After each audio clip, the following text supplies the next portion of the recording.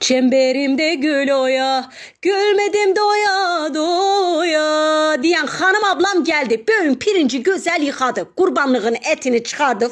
Onu ince ince satırla kıyma yaptı.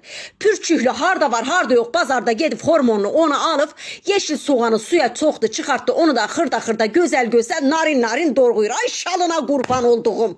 Tahtanın üstünden onu gazıya gazıyor. O tahtanın karasını böyle gazıya gazıya. Bak hay Allah'ına kurban nece böyle sıvazlayır.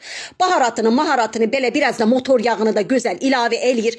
Bir tane de yumurtayı güzel kırdı, yaklaştı güzel ellerini böyle kollarını anarı çekti. Güzel böyle tencerenin karası çıkana kadar onu karıştırdı. Ondan sonra benim güzelim Allah bu arvat böyle yemeğin kraliçesidir. Ya Rabbi inan görmeyen de bunu yukularım kaçır. Yeke yeke başım yekelikte köfteyi yaptı.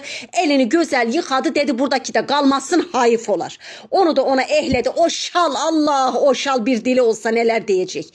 2 maşafa suyu koydu. Oradan delikli süzgenci aldı güzel eşikten yarpakları toplayıp ağacın yarpaklarını onları güzel kaldı. Bak köfte tarifini alın. Bunu kaydedin. Bak adam neyini yerse öldürenmir. Adamın yanakları öz yanakları al. Mezar senlikten topladığı otları güzel altına koydu yandırdı. O tabak zaten kurban olum Allah değilsen başka tabağı yoktu az.